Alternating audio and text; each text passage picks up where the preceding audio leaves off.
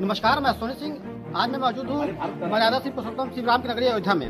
तो अयोध्या में सराय राशि ये गांव है। यहाँ माना गया है कि यहाँ के जो सूर्यवंशी जो पहले के थे उनका राम मंदिर बनाने में बड़ा सहयोग रहा है। और मैं जो अब की जो पीढ़ी है, मैं उनसे पहले की पीढ़ी जो उनके दादा परदादा थे, मैं उनके बारे में जानने की कोशिश करूंगा कि उनकी जो दादा थे उनकी क्या भूमिका रही है राम मंदिर को बनाने में, और मस्जिद तोड़ने में भी क्या भूमिका रही है। क्योंकि उसमें कल्याण सिंह का जो है सरकार थी, कल्याण सिंह की सरकार में। और ये भी सुनने में आया, जानकारी मिली है कि कल्याण सिंह की सरकार में पहले कुछ मुस्लिम लोग भी थे जो मस्जिद को तोड़ने के लिए कुछ हिंदुओं को अलीगढ़ से अपने जीप ट्रक बस में लेके आए थे। तो क्या सच्चाई थी, मैं इसके बारे में मैं यहाँ के लोगों से मैं जानकारी लूंगा और बातचीत करूंगा। क्या कुछ तथ्य निकलता है ये मैं आपके सामने से रखता हूँ। पहले नाम बताइए ना, आप बताइए।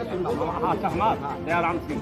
ये जो पहले का आपके जो पूर्वज थे उनका क्या सहयोग रहा है राम मंदिर को बनाने के लिए? उनका तो पूरा सहयोग रहा। मतलब पहले तो राम मंदिर था, पहले तो चली लड़ाई जब बीच में एक राजा जो है अकबर जब राजा हुआ तो अनपढ़ राजा था, अपने यहाँ भारत का अनपढ़ राजा था। वो दोनों धर्म को माना। वो टोटा मल और बीरबल के कहने पर एक 3.5 फीट का एक जो है मंदिर बनवा दिया राम का, जो है उनका जो है पूजन हो राम जन्मभूमि। उस पर दोनों दल चल रहा था, दोनों धर्म माना जा रहा। अकबर जब तक था माना गया, उसके बाद जो राजा हुआ वो भी माना। जब जो है ये आया, क्या नाम, औरंगजेब, ये कट्टर मुसलमान था। ये जो है जितनी मुख्य मंदिर जो थी सबको तुड़वा दिया, उसको तुड़वा दिया, झगड़ा बढ़वा दिया।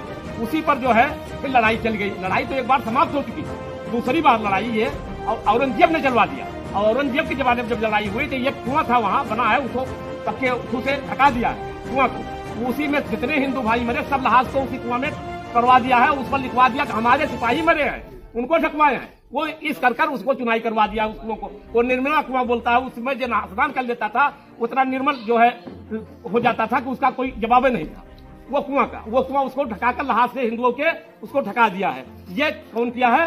ये औरंगजेब जो था ये कट्टर मुसलमान था, इसलिए जो है। और तब से ये फिर झगड़ा हुआ, फिर झगड़ा तब से चला। फिर बाद में जो है अंग्रेज आया, ताला लगा। फिर के बाद कल्याण सिंह के जमाने में जो आप पूछ रहे हैं ताला खुला, टूटा। फिर आगे लड़ाई चली। फिर मुलायम सिंह यादव ने कहा परिंदा पर नहीं मार सकते, उसी पर वो चढ़ गए।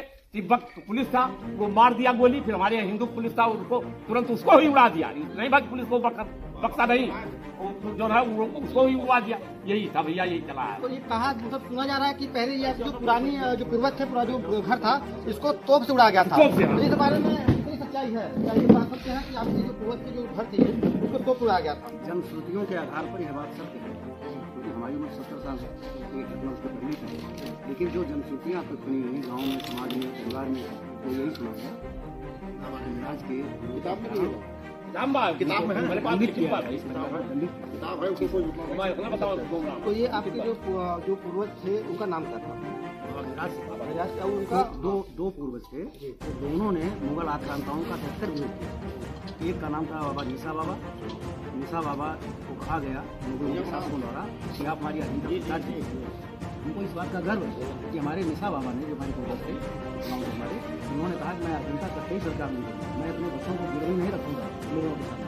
तो उनको इतना दंडित किया गया कि उनके नाकों में खपाचियाँ, बाँस की खपाचियाँ गाड़ दी गई, एक कुएं में लटका दिया गया। वो कुआं आज भी है और उस कुएं को उन्हीं के नाम के स्मरण के लिए उस परिक्रमा हर किसी मांगलिक कार्यक्रम में हमारे परिवार के लोग, पूरे गाँव के लोग करते हैं। तब जाते हैं, शादी विवाह हो तो पहले उसकी परिक्रमा करते हैं। और दूसरे थे बाबा गंगाराज ने यहाँ के छब्बियों को एकत्रित करके राम जन्मभूमि इसीलिए हमारे गाँव को नाम होना चाहिए। लेटेस्ट में नहीं हो कोई बात नहीं, लेकिन उनके नाम से कोई चौराहा, कोई सड़क या कोई पार्क ऐसा बना दिया जाए। लेकिन अगर ऐसा भी सरकार नहीं करती तभी हम लोग क्योंकि हमारे पूर्वजों का संकल्प पूरा हुआ। आज हम बड़े भागी हैं कि ऐसा अवसर आया कि अपनी आंखों से हम लोग देख रहे हैं कि हमारे पूर्वज हमारे प्रथम भगवान श्री राम का मंदिर बन करके तैयार है। 22 तारीख को प्राण प्रतिष्ठा होगी और उस प्राण प्रतिष्ठा के समय हम लोग राम राष्ट्रोत्सव मनाएंगे।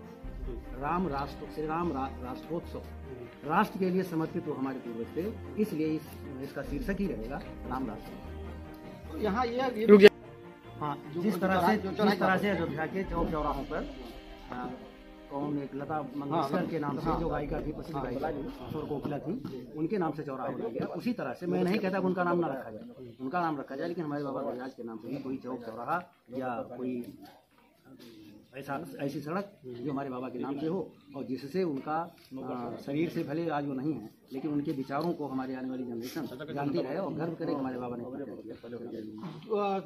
22 तारीख को आप ये जो यहाँ पे सूर्यवंशी लोग थे जिसकी अहम भूमिका थी राम मंदिर को बनाने के लिए, तो क्या 22 तारीख को आप लोग को भी आमंत्रण है वहाँ आने के लिए? अब ऐसा की व्यवस्था नहीं हो पाएगी इसलिए कि भीड़ बहुत ज्यादा हो जाएगी। या किसी मतलब किसी एक को भी कोई हाँ, अगर हमारे सूर्यवंशी में किसी एक को देते तो बहुत अच्छा रहता। इसमें प्राण प्रतिष्ठा में हमारे परिवार खानदान के जो लोग रहते बड़ा गर्व रहता। लेकिन यह जैसी व्यवस्था मोदी और योगी को अपनी व्यवस्था को बनावे हम लोग उसके लिए खुशी है, कोई ऐसी बात नहीं है। लेकिन यह है कि चाहता ये हूँ कि अगर हमारे खानदान का या कोई किसी को एक को बुलाया जाए तभी हम लोगों को बहुत बड़ा गर्व होगा। तो मतलब अब जो है ये मंदिर 22 तारीख को मतलब उनका जो है उद्घाटन मोदी जी करेंगे, तो इसमें आप लोग की मतलब खुशी काफी होगी कि रामलला का मंदिर जो उद्घाटन होगा। तो पहले जो रामलला की जो मंदिर थी, क्योंकि अभी इसके बारे में तो हमने अभी देखा नहीं था, लेकिन पहले मंदिर कैसी थी रामलला की? मंदिर कहाँ थी? पहले वो मंदिर को ऊपर तोड़ करके उसने गुम्बज बना दिया था। ऊपर नीचे मंदिर थी, ऊपर उसने गुम्बज बना दिया था। जब से भाजपा सरकार योगी की सरकार आई, उन्होंने जब इस पे एक्शन लिया, तो जब ये सुप्रीम कोर्ट का जब ये आदेश जारी हुआ कि यहाँ पे जो मंदिर बनेगा, तो उसमें मंदिर में सुने कि टेंट में जो है मंदिर को बनाया। पहले जो है जब मस्जिद टूट गई थी तो भगवान रामलला टेंट में विराजमान, लेकिन भगवान की कृपा है कि सुप्रीम कोर्ट ने अच्छा फैसला दिया और योगी और मोदी जी की बहुत बड़ी कृपा थी कि भगवान रामलला अपने गर्भगृह में स्थापित होने जा रहे हैं। इसलिए हम लोगों को 22 तारीख को महान खुशी है। हाँ, इसके लिए बहुत बड़ी खुशी है। और हमारे पूर्वजों की जो पुरानी बातें थी, याद थी, उनका जो संकल्प था वो भी पूरा हो रहा है। इसलिए हमारे खानदान को इस बात की बहुत। तो आपके जो पूर्वज थे 500 साल से पीछे थे, आप उन्होंने त्याग दिया था कि जो पगड़ी पहनना, जूता चमड़े का चप्पल पहनना, छाता लेना, तो ये अब ये पूरा होगा? जी, ये पूरा होगा। हम लोग 22 तारीख को शाम के टाइम पगड़ी और साफा धारण करेंगे और अपार होली और दिवाली मनाएंगे, नाना प्रकार का उत्सव करेंगे और अपार खुशी रहेगी हम लोगों को। तो ये जो बात जिससे हम जहाँ बातचीत कर रहे थे, ये सराय राशि जो गांव है ये अयोध्या में है, और मैं आया हूँ, मेरे पास जो बच्चे बैठे हैं उन्होंने एक सुंदर प्रस्तुति तैयार किया हुआ गीत रामलला के आने की खुशी में। तो इन बच्चों के मुख से ये सुनना चाहेंगे कि जो भजन इन्होंने तैयार किया है, अपना भजन से गुनगुना दीजिए। राम आएंगे तो तेज बोलिए। सजाऊंगी, जला के दिवाली में मनाऊंगा, मेरे जन्मों के सारे दुख कट जाएंगे।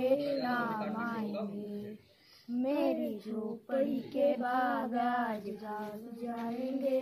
राम आएंगे, ओ राम आएंगे, आएंगे राम। तो इसमें ट्रेंड चल रहा है जो अयोध्या में है, इसमें पूरे देश में को अयोध्या पे नजर है, और अयोध्या की इसी तमाम खबरें आपको दिखाते रहेंगे। जय श्री राम, जय श्री राम, जय श्री राम।